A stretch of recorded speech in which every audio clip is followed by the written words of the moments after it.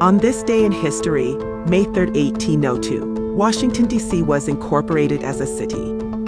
This was a significant event in the history of the United States. It marked a turning point in the development of the nation's capital and signaled the beginning of a new era in American politics.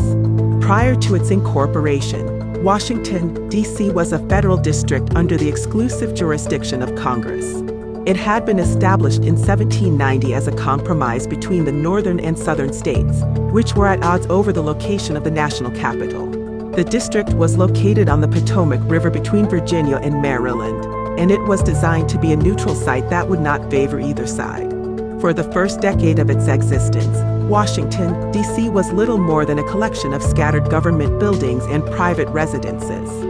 It lacked many of the basic amenities of a modern city, such as public transportation, sewage systems, and public parks. The city was also plagued by social and economic problems, including poverty, crime, and disease. The incorporation of Washington, D.C. as a city was seen as a solution to many of these problems. It gave the city a sense of identity and allowed it to establish its own government and municipal services. The new city government was led by a mayor and city council, who were elected by the residents of the city. Under the new system, Washington, D.C. began to develop rapidly. The city government built roads, bridges, and public buildings, and established a police force and fire department. It also implemented a comprehensive public health program, which included the establishment of hospitals and clinics, as well as measures to improve sanitation and hygiene. In addition to these practical improvements, the incorporation of Washington, D.C. had a symbolic significance.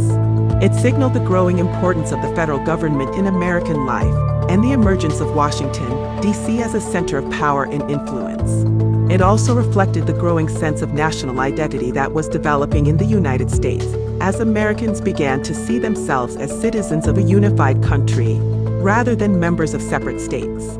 Today, Washington, D.C. is a thriving city with a rich cultural heritage and a vibrant political and social scene.